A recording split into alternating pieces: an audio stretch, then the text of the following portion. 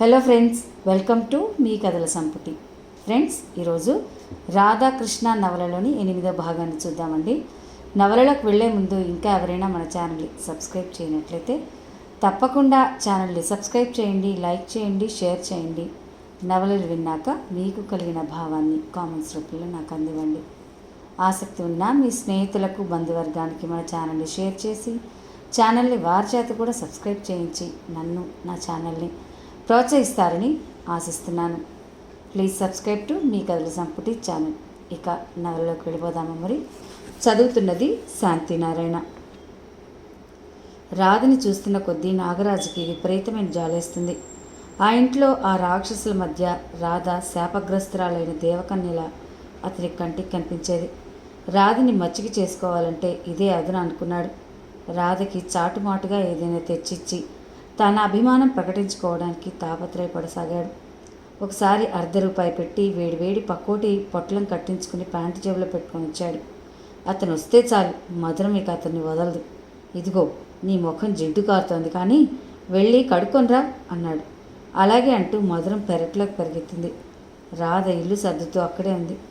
నాగరాజు చుట్టూ చూసి గబాలన రాధ దగ్గరికి వెళ్ళి, రాధా ఇదిగో అంటూ ప్యాంటు జేబులో నుంచి పొట్లం తీసిచ్చాడు. ఏమిటది? రాధ కనుబొమ్మను చిట్లించింది. పకోడీలు చాలా రుచిగా ఉన్నాయి, తింటుంటే ఎందుకో నాకు నువ్వు గుర్తుకొచ్చావు అంటూ ఇవ్వబోయాడు. నాకు అవసరం లేదు, అలా ఇంకెప్పుడూ తీసుకురావద్దు, రాధ తీక్షణంగా అంది. రాధ ఆగ్రహమైన చూపులకు అతను తికమక పడిపోయాడు. ఇంతలో దుర్గమ్మ అటు వచ్చింది. రాధ బట్టలు మడత పెడుతోంది. దుర్గమ్మ అక్కడికి రాగానే ముక్కులు ఎగబీలుస్తూ, ఏమిటో మంచి వాసన వస్తోందే అంటూ ఆరా తీసింది. రాధ మాట్లాడలేదు. ఏం వాసన వస్తుంది? నాకేం లేదే అన్నాడు నాగరాజు. ఇంతలో మధురం రానే వచ్చింది. ఏమిటమ్మమ్మా అంది. మధురం, నా ముక్కులకు ఏదో కమ్మటి వాసన వస్తుందేమిటే అంది. ఈ మధ్య 2 రోజుల నుంచి ఇంట్లో టిఫిన్ అన్న మాట లేదు. బహుశా తన జిహచాపల్యం కలలు కంటుందేమో అనుకుంది. మధురం గట్టిగా గాలి పీల్చింది. అవునమ్మమ్మా, కారపూస లాంటి వాసన వస్తోంది అంది. నాగరాజు తికమకగా చూశాడు. నేను వస్తాను, పనుంది అని వెళ్ళబోయాడు. ఆగు, దుర్గమ్మ కేక పెట్టింది. ఆ కమ్మటి వాసన అతనితో వెళ్ళి అతనున్న చోటనే ఆగిపోయింది. ఏం లేదంటావే, నాకు అర్జెంటు పనుంది అంటూ వెళ్ళిపోయాడు. మధురం హఠాత్తుగా పరిగెత్తుకొచ్చి అతన్ని గట్టిగా పట్టుకుంది. ఇంతలో దుర్గమ్మ రానే వచ్చింది. అతని జేబు సోదా చేస్తుంటే అతని చెక్కుల గింతలతో వానపాముల మెలికలు తిరిగాడు. దుర్గమ్మ అతని జేబులో నుంచి పకోడీ పొట్లం బయటకు లాగింది. ఏమీ లేదంటావే, నేను ఆ మాత్రం కనిపెట్టలేననుకున్నావా అంటూ పొట్లం విప్పి ఒకటి నోట్లో వేసుకుని, అబ్బా అద్భుతం అని మెచ్చుకుంది. ఏవి నన్ను చూడండి అంటూ మధురం కూడా వచ్చింది. ఇద్దరు ఆ పొట్లంలో పకోడీలు గబగబా తింటుంటే నాగరాజుకి ఏడుపు వచ్చింది. రాధ మెప్పు సంపాదించడం కోసం అయ్యోరు దగ్గర బాకీ పెట్టి తెచ్చాడు. తన ఒక్కరి కోసం తెస్తే అవి మరొకరికి నోటు పాలైపోయాయి. అతని ప్రాణం ఉసూరుమంది. నాగరాజు వెళ్ళిపోయిన తర్వాత దుర్గమ్మ కోడల్ని సాధింపు మొదలుపెట్టింది. ఎంత జానమే నువ్వు, ఇంట్లో టిఫిన్లు వద్దని ఎగ్గొట్టి మా నోళ్ళు కట్టేసి నువ్వు చాటుగా వాడి చేత తెప్పించుకుని తింటున్నావన్నమాట. అమ్మో, ఎంత తెలివితేటలే, కనిపించకుండా గడుస్తనంగా చేస్తున్నావా ఇవన్నీ? రాధ మాట్లాడితే ఆ మాట ఒక పెద్ద రగడవుతుంది. రాధ ఏనాడు మౌనాన్ని ఆశ్రయించి ఆవిడ మాటలు పట్టించుకోవడం మానేసింది. శివం ఇంటికి వచ్చాడు. అతని చేతిలో సంచి నిండా వంట, ఇంటికి కావాల్సిన సరుకులున్నాయి. రాధకి ప్రాణం లేచొచ్చింది. ఆ సంచి తీసుకుంటూ డబ్బెక్కడిది అనింది. తెలిసిన వాళ్ళ దగ్గర అప్పు తెచ్చాను అన్నాడు అతను ముక్తిసరిగా. ఆకలి అవుతుంది, త్వరగా వంట చేయి, బావగారు భోజనానికి రారు, స్నేహితుడి ఇంట్లో పెళ్ళిందట, వెళ్ళారన్నాడు. రాధకి ఆ సామాను చూడగానే ప్రాణం హాయిగా అనిపించింది. జీవితంలో అన్నిటికంటే దారిద్రపు బాధ అతి దారుణమైందని రాధకి తెలిసొచ్చింది. రాధ చకచకా వంట చేసింది. అలవాటుగా శివం, దుర్గమ్మ, మధురం, రత్నమాణిక్యం కలిసి భోజనం చేశారు. కాపురానికి వచ్చిన మొదట్లో రాధ ఒక్కది భోజనం చేయాలంటే కష్టంగా ఉండేది, సహించేది కాదు. ఇది గమనించి శివం రాధ కోసం ఏదో నెపంతో భోజనానికి ఉండిపోయేవాడు. దుర్గమ్మ సూటిపోటీ మాటలనేది. రాధ శివాన్ని వాళ్లతోనే భోజనం చేయమని వాళ్లతోనే కలిసి వడ్డించేది. రాధకి మాట పడాలంటే చాలా అవమానంగా అనిపించింది. ఈరోజు కూడా అలాగే అందరూ భోజనం చేసి లేచారు. రాధ కంచంలో తన కోసం వడ్డించుకుంది. గ్లాసుతో మంచినీళ్ళు పెట్టుకుంటోంది. రాధా, ఒక్కపడెక్కడా? శివం కేకపెట్టి పిలిచాడు. టేబుల్ మీద ఉంది, నాకు కనిపించలేదు. నువ్వు వచ్చి ఇవ్వు. రాధ మంచినీళ్ళ గ్లాస్ అక్కడ పెట్టి పడగదిలోకి వచ్చింది. శివం మంచం మీద పడుకుని పేపర్ చూస్తున్నాడు. రాధ ఒక్కపడి ఇస్తూ మళ్ళీ అడిగింది. డబ్బు ఎక్కడ అప్పు తెచ్చారో చెప్పరా? నాకు ఎంత తెచ్చారో కూడా చెప్పండి. ఎందుకు నీకంత ఆరా? చెప్తే ఏమవుతుందండి? ఈరోజు కాకపోతే రేపైనా నాకు తెలీదా? నిష్ఠూరంగా అంది. అది నిజమే అనుకో, 400 తెచ్చాను. 400? సామాను 100 రూపాయలు కూడా అయి ఉండదు. మిగతా 300 బావగారికి కావాలంటే ఇచ్చాను. అప్పు చేసి ఆయనకి ఇవ్వనని నాకు మాట ఇచ్చారు కదా, మర్చిపోయారా? గుర్తుంది, కానీ ఏం చేయను, బావగారికి చాలా అవసరం వచ్చింది. రాధ నిట్టూర్చింది. తన తాపత్రయమే తప్ప శివం ఏమీ మారడు. తను అడిగిన వాగ్దానాలన్నీ ఇస్తాడు, కానీ ఏం ప్రయోజనం? ఒక్కడి కూడా నిలుపుకోడు. అతన్ని మార్చడం ఆ దేవుడి తరం కూడా కాదేమో. డబ్బు ఎవరిచ్చారబ్బా మీకు? అంది. ఎవరో ఒకరు. నాకు మరీ అంత మర్యాద లేదని అనుకో. ఎవరిచ్చారో చెప్తే పోతుందిగా. తెలుసుకొని ఏం చేస్తాం? ఆ అప్పు సదుద్దేశంతో ఇచ్చారా, దురుద్దేశంతో ఇచ్చారా అని ఆలోచిస్తాను. సదుద్దేశంతోనే ఇచ్చారు. ఆ వ్యక్తి పేరు చెప్తే నువ్వు చాలా మంచివాడని ఒప్పుకుంటావు. రాధ అనుమానంగా చూసింది. ఎవరండి ఆ మంచివాడు? శివం మాట్లాడలేదు. రాధ వెళ్ళిపోయింది. శివం వెనక నుంచి అన్నాడు. నేను ఆ పేరు చెప్పకపోతే నువ్వు మీమాంసలో పడి ఇప్పుడు అన్నం కూడా సరిగ్గా తినవేమో. ఇదిగో ఆ డబ్బు నేను పరాయి వాళ్ళ ఎవరి దగ్గర తీసుకురాలేదు, మీ కృష్ణని అడిగి తెచ్చాను. గుమ్మం దాటబోతున్న రాధ తుళ్ళిపడ్డట్టు గిరుక్కున వెనక్కి తిరిగింది. ఇప్పుడైనా ఆ డబ్బు గురించి నిశ్చింతగా ఉంటావా? రాధ చటాలన అతని మంచం దగ్గరకు వచ్చింది. ఏమిటి? ఎవరి దగ్గర మీరు ఆ డబ్బు అప్పు తెచ్చారు? కృష్ణ దగ్గర నుంచి చెప్తున్నానుగా. కృష్ణ దగ్గర? కృష్ణని మీరు డబ్బు అప్పు అడిగారా? నేనేం తెలివి తక్కువ అని అనుకుంటున్నావా? నాకు కావాలని నేను అడగలేదు, రాధ అడగమందని చెప్పాను. పాపం వెంటనే ఇచ్చేశాడు. ఛీ, నీకు సిగ్గుందా?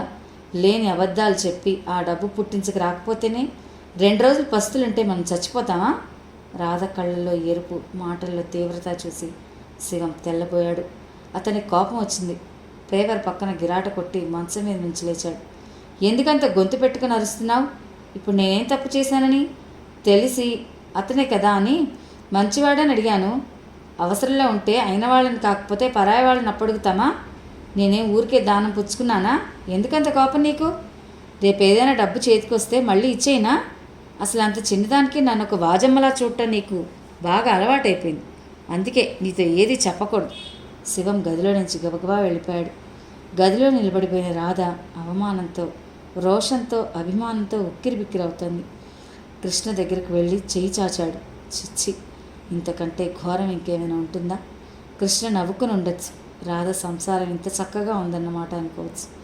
రాధ మనసు గరళం త్రాగినట్టు ఉంది. శివానికి ఏం తెలియదు. భార్య అభిమానం ఎలా కాపాడాలో, ఎవరి ముందు ఎలా ప్రవర్తించాలో అస్సలు తెలియదు. రాధ వంటింట్లోకి వచ్చింది. కంచంలో పెట్టుకున్న అన్నం చూస్తే కళ్ళల్లో నీళ్లు తిరిగాయి. కృష్ణ దగ్గర డబ్బు తెచ్చాట. వాళ్ళు ఆకలి తీరుతుంది అనుకుంటున్నాడు. తన మనసు గాడిపోయేలా బగబగలాడుతోంది. రాధ అన్నం తినలేదు. వంట ఇల్లు సర్దొచ్చి పడుకుంది. దిండిలో తలదాచుకున్న రాధకి హఠాత్తుగా కళ్ళ నుంచి నీళ్లు దారాలు కట్టి ప్రవహించసాగాయి. ఏ వ్యక్తి ముందు తను ఆనందంగా నటించాలని అనుకుందో అక్కడికే వెళ్ళి శివం రాధ బండారం ఇది అన్నట్టు చేసొచ్చాడు. రాధ ఆ రాత్రంతా నిద్రపోనే లేదు. రాధకి తెలుసు శివం డబ్బు అప్పు తెచ్చాడన్న మాటే కానీ అది ఎట్టి పరిస్థితిలో తీర్చలేడు అని. మర్నాడు రాధ చేతి గాజులు పక్కింటి పిన్నిగారి చేతిలో పెట్టి 400 కావాలని అడిగింది. గాజులు చూడగానే పిన్నిగారి కళ్ళు మెరిశాయి. కూర్చోమ్మా, నిలబడ్డామే అని మర్యాద చేసి గాజులు తీసుకెళ్లి లోపల నుంచి డబ్బు తెచ్చిచ్చింది. రాధ ఆ డబ్బు తీసుకుని కృష్ణ రూమ్కి వచ్చింది. మొదట శివం చేత పంపించిద్దామని అనుకుంది. కానీ పీకల వరకు ఇంటి అవసరాలతో సతమతమవుతున్న శివం చచ్చిన ఆ డబ్బు కృష్ణకి ఇవ్వడని అనిపించింది. పోనీ మనీ ఆర్డర్ చేస్తే అనుకుంది. కానీ రసీదు తిరిగి వస్తుంది.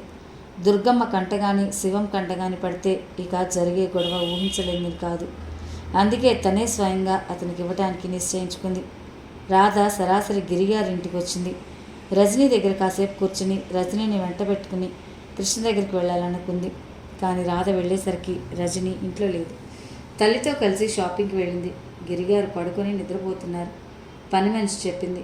రాధ ఇక చేసేది లేనట్లుగా అతని రూమ్కి వెళ్ళింది. కృష్ణ అప్పుడే హాస్పిటల్ నుంచి తిరిగి వచ్చాడు. బట్టలు మార్చుకుని టేబుల్ దగ్గర కూర్చుని ఏదో రాసుకుంటున్నాడు. టేబుల్ మీద ట్రాన్సిస్టర్ సన్నగా సంగీతం వినిపిస్తోంది. అతనికి ఎదురుగా గోడ మీద కొన్నేళ్ల క్రితం రాధకి డాక్టర్ దుస్తులతో చూపించాలని తీసుకున్న ఫోటో ఉంది. దాన్ని చూడగానే రాధ కళ్ళల్లో నీటి పొరలు అడ్డుపడినాయి. అతన్ని పలకరించే సాహసం కూడా లేనట్టు తలుపు ఆనుకుని నిలబడింది. తనకెదురుగా గోడ మీద ఎవరిదో నీడ వచ్చి పట్టడంతో రాసుకుంటున్న అతన్ని తల తిప్పి చూశాడు. రాధ గుమ్మంలో నిలబడింది. హఠాత్తుగా కళ్ళెదుటి రాధను చూసిన అతనికి నోట మాట రాలేదు. రాయటం ఆపేసి లేచి ఇటు తిరిగిపడి నిలబడ్డాడు. అతను రాధ వైపే చూస్తున్నాడు. రాధ అతన్నే చూస్తుంది. ఇద్దరి కళ్ళల్లో ఎన్నో చెప్పలేని సందేహాలు. వ్యక్తం చేయలేని రాధ ఒకరిని చూడగానే ఒకరు వింత మాటలతో కల్పించుకునేవారు. ఇద్దరి మధ్య నవ్వుల జల్లులు ఎంత ఉధృతంగా కురిసేవి. ఆ ఉత్సాహం, ఆనందం ఏమైపోయాయి? రాధ మూగపిల్లల మౌనంగా నిలబడిపోయిందే తప్ప పెదవి విప్పి మాట్లాడలేదు. ఆమె మౌనం అతనికి వేరే అర్థం చెప్పింది. అతను కూడా ఎందుకు వచ్చానని అడగలేదు. చేయి చాచి ట్రాన్సిస్టర్ ఆఫ్ చేశాడు. డ్రాయర్ సొరుగులాగి పర్స్ తీసి టేబుల్ మీద పెట్టాడు. కిటికీ దగ్గరికి వెళ్ళి ఇటువైపు వీపు పెట్టి నిలబడి అతను అందులో కొద్దిగానే ఉంది డబ్బు తీసుకెళ్ళన్నాడు. రాధ కళ్ళు రెపరెపలాడినాయి. మాట్లాడలేను. టేబుల్ దగ్గరికి వెళ్ళింది. తను తెచ్చిన డబ్బు పర్సు తెరిచి అందులో కుక్కింది. గిరుక్కున వెనక్కి తిరిగి వెళ్ళిపోయింది. ఆగు పిలిచాడు అతను. రాధ ఆగింది. నేను నీకు రుణం ఉన్నమాట నిజమే. అది నువ్వు గుర్తు చేయకుండానే తీర్చడానికి ఎంతో ప్రయత్నిస్తున్నాను. కానీ నేను ఇంకా స్వంతంగా ప్రాక్టీస్ పెట్టలేదు. నాకు వచ్చే జీతం కూడా చాలా తక్కువే. నేను నీకు ఎక్కువ మొత్తంగా ఇవ్వలేను. ఇక ముందు ప్రతి నెల ఫస్ట్న నీ భర్తని పంపు. నువ్వు డబ్బు కోసం ఇలా రావద్దు. ఈ మాటలు రాధకి ఈటెల్లా గుచ్చుకున్నాయి. బాధతో విలవిల్లాడుతున్న మనసు నిగ్రహించుకుని వెనక్కి తిరిగింది. రాధ చూపులు తీక్షణంగా ఉన్నాయి. వాటిలో రోషం, అభిమానం తోకల మీద లేచిన తాచుల్లా గుస్సుమంటున్నాయి. చెప్పదలుచుకున్న మాటలు పూర్తయినాయా? ఇంకా ఉన్నాయా? ఆగామే అను. సంకోచం దేనికి? నీ గుమ్మంలోకి నువ్వు పిలవకుండానే వచ్చానుగా. ఇంకా ఏవేవి అందలుచుకున్నావో అన్నీ అనేసే. నన్ను బాధ పెట్టుటే నీ ఆనందం అయితే అలాగే కాను. ఆనందమా? నా కాళ్ళు చేతులు తెగ్గొట్టి నువ్వే ఆనందంగా చూస్తున్నావు. నాలో లేని ఆశలను రేపి వాటిని కాళ్ళ రాచి సుఖంగా నీ బ్రతుకు నువ్వు బ్రతుకుతున్నావు. అతను ఆవేశంగా అన్నాడు. సుఖమా? అవును, సుఖంగానే ఉన్నాను. చాలా సుఖంగా ఉన్నాను. రాధ నవ్వబోయింది. నా సుఖం పగవాళ్ళకి కూడా వద్దు. రాధ గుండెల్లో బిగపట్టుకున్న దుఃఖం గొంతులోకి వచ్చేసింది. అక్కడి నుంచి పారిపోయినట్టుగా యువతలకు వచ్చేసింది. కానీ ఎక్కువ దూరం వెళ్ళలేకపోయింది.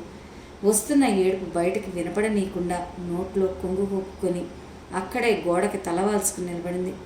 గదిలో కృష్ణ పర్స్ తీసుకుని డ్రాయర్ సొరుగులాగి అందులో పెట్టబోయాడు. అది ఖాళీగా ఉండడానికి బదులు మరికొన్ని కొత్త నోట్లు చేరి నిండుగా కనిపించింది. అతను తెరిచి చూశాడు. డబ్బు శివం తీసుకువెళ్ళినంత ఉంది. అతను కలవరపడ్డాడు. రాధ డబ్బు ఇవ్వడానికి వచ్చిందా? గబాలన బయటకు వచ్చాడు. అక్కడ గోడకి ముఖం దాచుకుని ఏడుస్తున్న రాధను చూడగానే తెల్లబోయాడు. రాధా, లోపలికి రా అన్నాడు. రాధ మాట్లాడలేదు. ప్లీజ్, నలుగురు మనల్ని చూసి నవ్వే స్థితికి తీసుకురా. లోపలికి రా అర్థినస్తుట్టుగా అడిగాడు. రాధ లోపలికి వచ్చింది. కూర్చో, మంచినీళ్ళు తాగుతావా? రాధ తల ఊపింది. అతను మంచినీళ్ళ కోసం వెళ్ళాడు. రాధ అతి ప్రయత్నం మీద దుఃఖం నిగ్రహించుకుంది. అతను నీళ్లు తెచ్చిచ్చాడు. రాధ తాగింది. రాధ ఎర్రబడిన కళ్ళల్లో ఏడుపులో నలిగిన ముఖం, కన్నీళ్ల చారికలు కట్టిన బుగ్గలు చూస్తుంటే అతని మనసు పిడికిలతో నొక్కినట్టు విలవిల్లాడింది. ఒక మాట చెప్పు, నన్ను ఎందుకు ఇలా మోసం చేసావు? నా మీద నీకు ప్రేమ లేనప్పుడు, నన్ను పెళ్లి చేసుకోవాలనే ఉద్దేశమే లేనప్పుడు నాతో ఎందుకు ఇలా ఆటలాడావు? కంపిస్తున్న కంఠంతో అడిగాడు. రాధ చెప్పేసింది. అతను ఊరు వెళ్ళగానే తండ్రి తన మీద పెట్టిన ఆంక్ష, కృష్ణ తల్లిదండ్రుల అభ్యర్థన అంతా చెప్పేసింది. అతను నిర్వీణునయ్యాడు. ఎంత పనిచేసావు రాధా! పెద్దవాళ్ళేదో చాదస్తంగా అంటే దానికోసం మన భవిష్యత్తు బలి చేస్తావా? వారికి నచ్చ చెప్పడమో ఎదురు తిరగడమో పోయి వాళ్ళకి లొంగిపోయి తిరిగి దానిలా మన సుఖం నేల రాస్తావా? అస్సలు ఒక్క మాట, ఇది పరిస్థితి అని నాకెందుకు ఉత్తరం రాయలేదు? రాయాలని అనుకున్నాను, కానీ ఏం ప్రయోజనం? నువ్వు వస్తావు, వాళ్ళతో ఘర్షణ పడతావు. ఊర్లో ఇదంతా అల్లరి నవ్వుల పాలు, మనిద్దరం నలుగురు నోళ్ళల్లో నానడం, ఇంతేగా జరిగేది. పెద్దవాళ్ళని అంత బాధ పెట్టి వారితో తెగదెంపులు చేసుకుని మనం సుఖంగా శాంతిగా ఉండగలమా? మీ నాన్నకి అసలే ఆవేశం. మా నాన్నని బాధ పెట్టి నీతో సంతోషంగా ఉండగలనా? ఇది నువ్వు పిరికితనం అనుకో, ఇంకేమైనా అనుకో. రాధా, ఇప్పుడు ఒడ్డున చేరిన మనిషివి. నీకిప్పుడు నీ భర్త, నీ సంసారం ఉన్నాయి. ఆ సుఖ సంతోషాలతో జరిగిన మన జీవితం సులభంగా మర్చిపోగలిగి సుఖంగా ఉంటున్నావు. నేను ఇంకా ఆ జ్ఞాపకాల సుడిగుండలో నుంచి బయటపడలేకపోతున్నాను. నా జీవితాంతం బయట పడలేనేమో అని కూడా అనుకుంటున్నాను. రాధ పెదవుల మీద విరక్తి నిండిన చిరునవ్వు కదిలింది. కృష్ణ, నిన్ను నిర్దయగా నేను పెట్టిన బాధ నా పాలిట శాపం అయిందేమో. నేను నీ నుంచి తెంచుకుని కావాలని అడుగుపెట్టిన ఆ సంసారం ఒక అగ్నిగుండం. అందులో నువ్వనుకున్న సుఖం, శాంతి నేనేమీ పొందట్లేదు. రాధా, ఆ మనుషులంతా డాంబికమైన వాళ్ళు. ఈ ప్రపంచంలో ఇంకెవ్వరూ ఉండరేమో. కానీ శివం చాలా మంచివాడు రాధా. అవును, మంచివాడే, కానీ అతి మంచివాడు. ఆ మంచితనంలో లోకంలో ఎవరెవరు ఎలాంటి వారో పసిగట్టలేని అమాయకత్వం ఉంది. శివం అమాయకత్వాన్ని ఆ వరహాలరావు బాగా ఉపయోగించుకుంటున్నాడు. ఊర్లో ఆస్తి అసలు ఎందుకు అమ్మాల్సి వచ్చిందో తెలుసా అంటూ రాధ శివం ఇరుక్కున్న ఇబ్బందిని గురించి చెప్పింది. కృష్ణ నివ్వెరపోయాడు.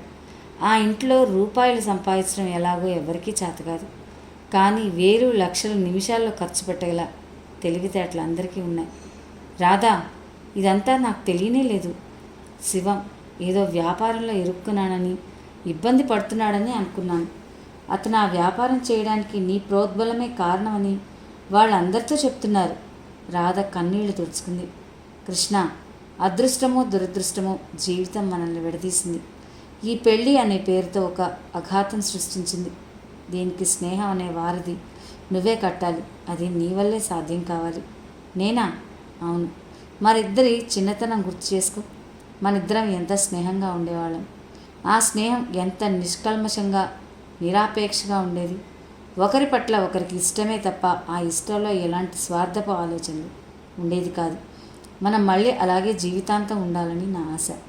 రాధా, నేను తొందరపాటుతో నీ మీద ఆగ్రహం చూపించి నిన్ను మరింత బాధ పెట్టాను అన్నాడు క్షమార్పణగా. నువ్వు కూడా తొందరగా పెళ్లి చేసుకో కృష్ణ, నాకు హాయిగా ఉంటుంది అంది రాధ.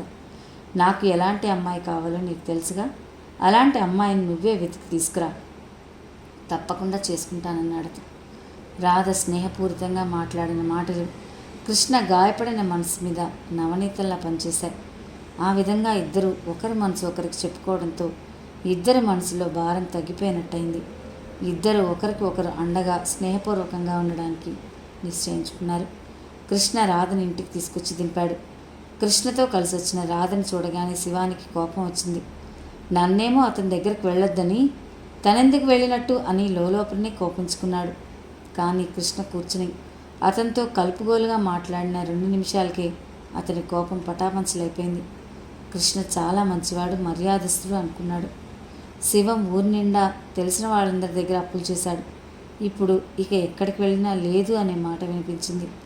ఊర్లో బొత్తిగా పరపతి అనేది లేకుండా పోయింది. ఊర్లో అప్పులు దొరకడం లేదు, కానీ ఇంట్లో ఖర్చులు మాత్రం ఏమాత్రం తగ్గట్లేదు. ఉన్నప్పుడు ఒళ్ళు తెలియకుండా ఖర్చు పెట్టిన వాళ్ళు లేనప్పుడు చెరువు ఎండిన చేపల్లా గిలగిలలాడుతున్నారు. ఆ రోజు ఉదయం నుంచే ఇంట్లో రభస ప్రారంభమైంది. పాలవాడు 3 నెలల బాకీలో సగమైనా చెల్లించకపోతే రేపటి నుంచి మానేస్తానని చెప్పాడు. అన్నమాట అక్షరాలా ఆచరించి ఈ పూట రాలేదు. శివం గ్లాస్ పుచ్చుకుని అదే వీధిలో చివరిగా ఉన్న గొల్లవాళ్ళ దగ్గరికి వెళ్ళి లేదనిపించుకుని తిరిగి వచ్చాడు. 7 గంటలకల్లా కాఫీ గొంతులో పడకపోతే దుర్గమ్మకి వెర్రి కోపం వచ్చేస్తుంది. ఉత్త గ్లాస్తో వచ్చిన కొడుకుని చూడగానే కోపంగా, ఈ ఇంట్లో ఇక కాఫీ నీళ్ళకు కూడా నాకు గతి లేదన్నమాట. మీ నాన్న ఉండగా ఎలా బ్రతుకాను, చివరికి నీ పెత్తనంలో నాకు ఇలాంటి గతి పట్టించావంది. నన్నేం చేయమంటావు? తలదించుకుని తప్పు చేసేవాడిని గొడిగాడు. ఏం చేయమంటావా? ఊర్లో అందరి కొడుకులు ఇలాగే తల్లినెత్తిన కొరులు పెడుతున్నారా? ఆ ఎదురింటి గోపాలం చూడు, లక్షణంగా ఇల్లు కట్టాడు. తల్లిని తీర్థయాత్రలకు తీసుకెళ్లాడు. పండక్కి అక్కగారు వస్తే 200 పెట్టి జరీ పట్టుచీర పెట్టాడు. వాడిని చూసి సిగ్గు తెచ్చుకో. వాడికి నాకు పోలికేమిటి? అతనికి వాళ్ళ అమ్మ నాన్న ఇంజనీర్ చెప్పించారు. నెలకు 2000 పైగా వస్తుంది. నాకంత డబ్బు వస్తే ఆ పనులు నేను చేస్తాను. దుర్గమ్మ నడ్డిన చేతులు పెట్టుకుని మంచం మీద నుంచి గయ్యన లేచింది. అంటే ఏమిట్రా నీ ఉద్దేశం? నీకు మేము చదువు చెప్పించలేదనా? నువ్వు తప్పేడిస్తే నేనేం చేయను? మీ నాన్న చచ్చేటప్పుడు ఇల్లు ఆస్తి డబ్బు ఇచ్చిపోలా? అదంతా మామయ్య కాజేశాడుగా. ఏమిటి, మామయ్య కాజేశాడా? మామయ్యనే అనే మునగాడివయ్యావన్నమాట. ఒరే శివిగా, నేను ఈ మధ్య చూస్తూనే ఉన్నా. నీ నోట్లో నుంచి కొత్త కొత్త మాటలు చాలా వస్తున్నాయి. ఆ మాటలు నీ సొంతమో, నీ పెళ్ళాం నీ నోట్లో పెట్టిన రికార్డో నాకు బాగా తెలుసు. మధ్య రాదని ఎందుకంటావు? అదిగో అదిగో అదే వద్దన్నా. అది ఇంట్లో కాలు పెట్టిందో లేదో నీ మనసులో విషం గుమ్మరించేసింది. మమ్మల్ని బద్ధశత్రువులా చేసింది. అంతకుముందు నువ్వు ఇట్లా ఎప్పుడైనా మాట్లాడావా? దుర్గమ్మ ఏడుపు మొదలుపెట్టింది. ఒరే శివి, నీకంత బాధగా ఉంటే చెప్పరా, నేను ఏ నుయ్యో గుయ్యో చూసుకుంటాను. చచా, ఏమిటమ్మా మాటలు? రత్నమాణిక్యం తల్లి దగ్గరికి వచ్చి ఆమెను పట్టుకుంది. నీకు తెలియదమ్మా, అమ్మ ఎంత త్వరగా చస్తే అంత సుఖం అని వాడు అనుకుంటున్నాడు. నాకింత విషయం తెచ్చివే రత్నం. శివం గాబరాగా తల్లి దగ్గరికి వచ్చాడు. అతని కళ్ళ నిండా నీళ్లు నీళ్ళే. అమ్మ, నేను ఎప్పుడూ కల్లో కూడా అనుకోవటం లేదు అలాగా. నన్ను నమ్ము, నాన్న మీద ఒట్టు. రత్నమాణిక్యం కళ్ళెర చేసి చూసింది. చాలే, అవతలికి నడు. అమ్మా నాన్న ఉన్నప్పుడు ఎంత వైభవంగా బ్రతికిందో నీ భార్యకి తెలియకపోతే నీకు తెలియదు. కాఫీ తాకపోతే ఆవిడ ఉండలేదని తెలిసి మీరు పాలు తెచ్చే ఏర్పాటు ఎందుకు చేయలేదు? ఇకపై నుంచి మాటలు అంటావా? నీకు సిగ్గులేదు? తప్పైపోయింది, క్షమించక్క. పాలు లేకపోతే ఆ డికాషన్ని కలిపి కాస్త పంచదార ఎక్కువ వేసి ఇవ్వచ్చుగా. ఆ మాత్రం నీ భార్యకి తెలీదా? నిజమే, ఇప్పుడే నేను కలిపి తెస్తాను. గబగబా వంటింట్లోకి వెళ్ళాడు. రాధ అతని వెనకే వచ్చి నేను కలుపుతాను ఉండండి అంది. శివం రాధని ఆగ్రహంగా చూశాడు. ఇంతసేపు ఏం చేస్తున్నావు? ఆ పని ఇందాకే చేస్తే ఈ గొడవ ఉండేది కాదుగా. అలా ఒట్టి డికాషన్ తాగుతారని నాకు తెలియదండి. అడిగితే వెంటనే కల్పించేదాన్ని. మహా గొప్ప పని చేశావు. అడిగితే కల్పించేదాన్ని చిలకలా అంటున్నావు. అమ్మ అడగకపోతే నువ్వు అమ్మ దగ్గరికి వెళ్ళి అడగచ్చుగా. రాధ మాట్లాడలేదు. శివం పంచదార డికాషన్లో వేసి చెంచా చూపిస్తూ, ఇదిగో రాధా, మేము గతిలేని వాళ్ళమని అనుకో. మా నాన్న ఉన్నప్పుడు మా అమ్మ ఎంత వైభవంగా గడిపిందో తెలుసా? ఈ అప్పుల వల్లనే అసలు ఆవిడ బాధపడుతోంది. నువ్వు అనవసరంగా ఇంకా బాధపెట్టకు అంటూ కాఫీ గ్లాస్ అక్కగారికి తల్లికి చెరొకటి పట్టుకెళ్ళాడు. రాధ చిన్నపోయిన ముఖంతో అక్కడే అచేతనంగా నిలబడిపోయింది. శివం స్వతహాగా మంచివాడే, కానీ క్షణంలో వాళ్ళ మాటలతో ఎలా మారిపోతాడు, ఎంత పుల్లదెరుపు మాట్లాడతాడు. రాధ మనసు చివుక్కుమంటుంది. ఎంత నిగ్రహించుకోవాలన్నా బాధ అగ్ని జ్వాలల్లా పైకి లేస్తుంది. వాళ్ళని ఏమీ అనలేకపోయినా కూడా శివం రాధ మీద విరుచుకుపడి తన కోపం అంతా వెళ్ళగక్కడం సర్వసాధారణమైపోయింది. శివం 2 చేతులతో తెచ్చిన గ్లాసులని దుర్గమ్మ రత్నమాణిక్యం అందుకొని ఆవురావురమన్నట్టు తాగారు. దుర్గమ్మ ముక్కు చీరుతూ కాళ్ల వైపు చూసుకుంటూ అంది. 4 రోజుల నుంచి కాళ్లకు నూనె రాయనే లేదు. రాత్రంతా నిద్రలేక ఒక్కటే పోట్లు. ఈ వెధవ కీళ్లవాతం ఒకటి నా ప్రాణానికి. భగవంతుడు నన్నెందుకు తీసుకుపోడు? నేను ఇంకా ఎన్ని బాధలు చూడాలి? రత్నమాణిక్యం అంది. ఒరే తమ్ముడు, అమ్మ ఎన్నాళ్ళు బ్రతుకుతుందిరా? ఆవిడ జీవితం అయిపోయింది. అసలు నీకోసమే కదరా ఆవిడ బ్రతికేది. ఆ జ్ఞానం నీకు లేకపోతే ఎలా? శివం ఖిన్నడైనట్టుగా చూశాడు. మన ఆపేక్షలో అంతఃకరణాలు దానికేం తెలుస్తాయి? దానికి తోడబుట్టిన వాళ్ళు ఎవ్వరూ లేరు. ఒంటికాయ సొంటి కొమ్మలా ఒక్కతే. శివం అవునన్నట్టు తల ఊపాడు. అరగంట తర్వాత శివం బజారు వెళ్ళి తిరిగి వచ్చాడు. అతని చేతిలో ఉన్న సంచిలో వంటింట్లో కావాల్సిన సామాను పొట్లాలుగా ఉన్నాయి. అమ్మా, ఉదయం కూడా కాఫీ తాగలేదే, త్వరగా వంట చేసి పెట్టు అన్నాడు. ఇవన్నీ ఎక్కడ వండి అంది రాధ. నువ్వేం భయపడకు, నీ వాళ్ళెవరి దగ్గర అప్పు అడిగి తీసుకురాలేదులే. నా చేతి వాచి అమ్మేశాను అన్నాడు. రాధ నిట్టూర్చింది. మంచి వాచి అల్లుడి కోసం కొనడానికి తండ్రి ప్రత్యేకంగా ఊరు వెళ్ళొచ్చిన సంఘటన కళ్ళ ముందు మెదిలింది. ఎన్నాళ్ళు ఇలా గడుస్తుందండి అంది బేలనగా. వెళ్ళి దేవుడికి అడుగు విసురుగా అన్నాడు శివం. రాధ వంట చేసింది. భోజనాలు అయిపోయాయి. వరహాలరావు ఊర్లో లేడు. శివం దుర్గమ్మ భోజనం చేస్తుండగా నాగరాజు వచ్చాడు. దుర్గమ్మ రారా అంది. రాధ, ఇతనికి కూడా వడ్డించు అన్నాడు శివం. అతను ఎప్పుడూ అంతే, గిన్నెలో ఉందో లేదో చూసుకోడు. అందరు భోజనాలు చేసి లేచి వెళ్ళిపోయారు. రాధ అన్నానికి వచ్చింది. గిన్నెలో అన్నం మినహా కూర కానీ పులుసు కానీ ఏదీ లేదు. మజ్జిగ అసలే లేవు. రాధ లేచేసింది. రాధ కళ్ళల్లో నీళ్లు తిరిగాయి. ఇలా ఎన్నిసార్లు జరుగుతుంది? శివం కనీసం అన్నం తిన్నావా లేదా అని కూడా అడగడు. రాధకి ఆ ఇంట్లో దారిద్ర్యం కంటే ఆత్మీయత లేని ఆ మనుషులు ఉదాసీన భావం చాలా సాదాగా ఉంటుంది. వాళ్ళందరూ ఒకటే అన్నట్లుగా భావిస్తారు. తనని పరాదాయాన్నిగా చూస్తారు.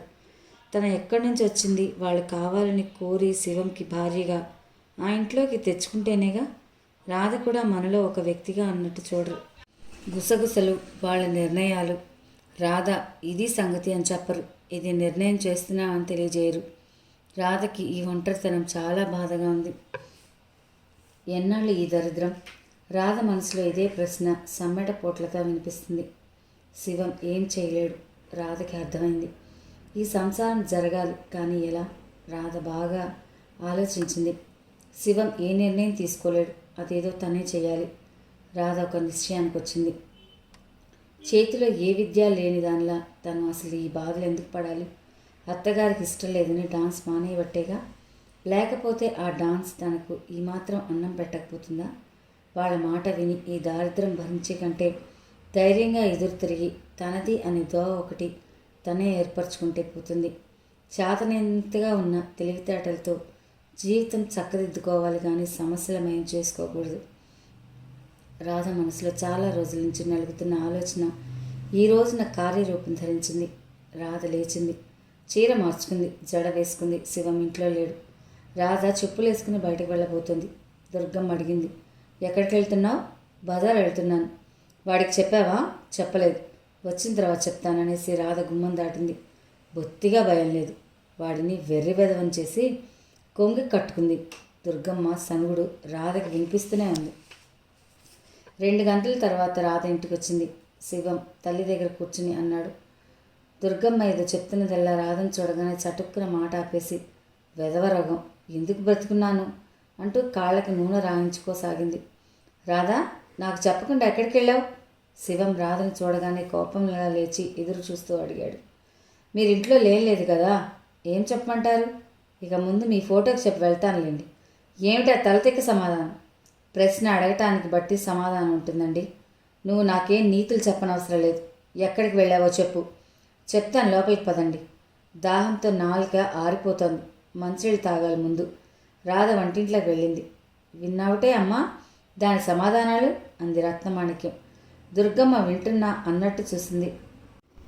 శివం చరాలన రాధ దగ్గరికి వెళ్ళాడు. ఎక్కడికి వెళ్ళావు నువ్వు? దేవుడి దగ్గరికి.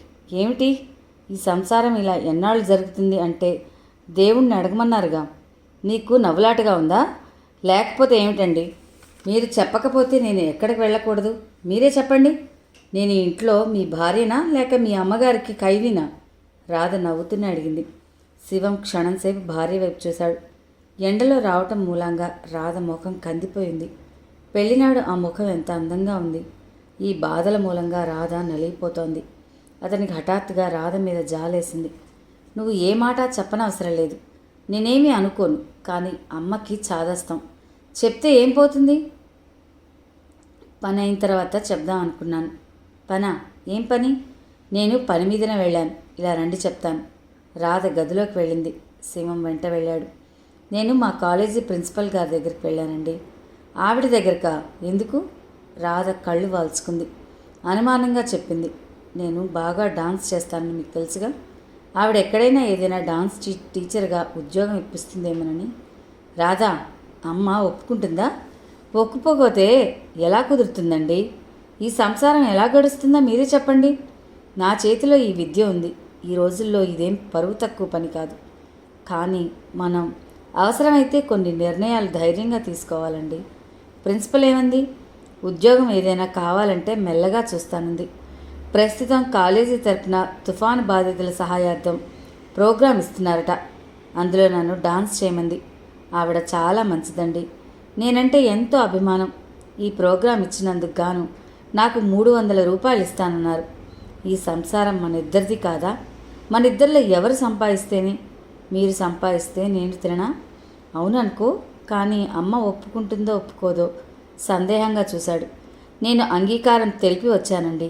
రేపటి నుంచి 1 గంట మధ్యాహ్నం ఇంట్లో పని లేని వేళ ప్రాక్టీస్కి వెళ్ళొస్తాను. మీరు కాదన్నా నేను వినను. నాకు సంసారంలో డబ్బు బాధ లేకుండా గడపడం ముఖ్యం. అమ్మని అడిగి వస్తానని లేచెళ్ళాడు. అప్పటికి వరహాలరావు కూడా వచ్చున్నాడు. శివం భయంగా రాధ డాన్స్ ప్రోగ్రాం సంగతి చెప్పాడు. ఏమిటో ఇది, దీనికి ఈ పాడు బుద్ధి ఎందుకు పుట్టింది?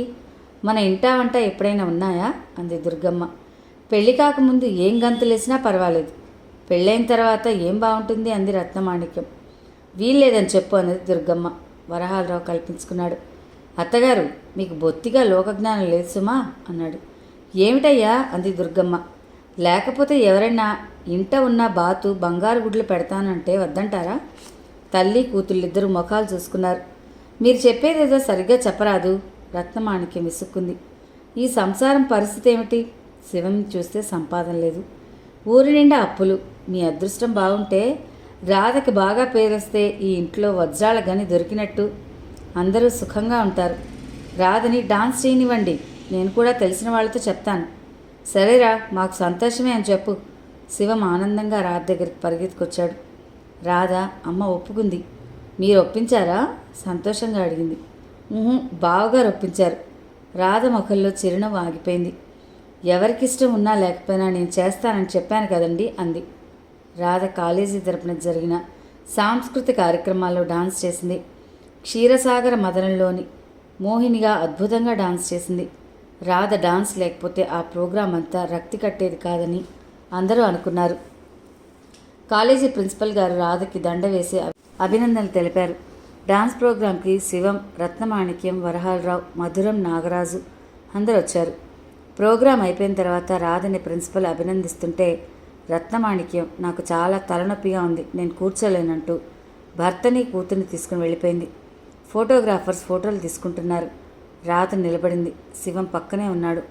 ఫోటో అనేసరికి అతను కూడా కాలర్ సర్దుకుని టీవీగా నిలబడ్డాడు. ఫోటోగ్రాఫర్ ముఖం చిట్లించాడు. మీరు కాస్త అవతలకి నుంచోండి, ఆవిడ ఒక్కతే ఫోటో కావాలి మాకు, మా పేపర్లో ఫ్రంట్ పేజీలో వేస్తామన్నాడు. శివం ముఖం చిన్నపోయింది. చటాలన పక్కకు వెళ్ళి చాలా దూరంగా నిలబడ్డాడు. అమ్మా, డాన్స్ మానకు నువ్వు, ఈరోజు చూడు ఎంతమంది కనుల విందు చూశావు అన్నారు గిరిగారు. మీరు మా ఇంటికి రానేలేదు, మీ పెళ్ళికి కూడా మమ్మల్ని పిలవలేదు అంది రజని. రాధ కళ్ళల్లో నీళ్ళు తారాడినట్లయి. అంతలోనే ఆనందోత్సాహం వాటిని తరిమేసింది. ఓ సారీ, అనుకోకుండా నా పెళ్ళి అయిపోయిందంది. ఇప్పుడైనా మా ఇంటికి రండి, మీ వారేరి అడిగింది రజని.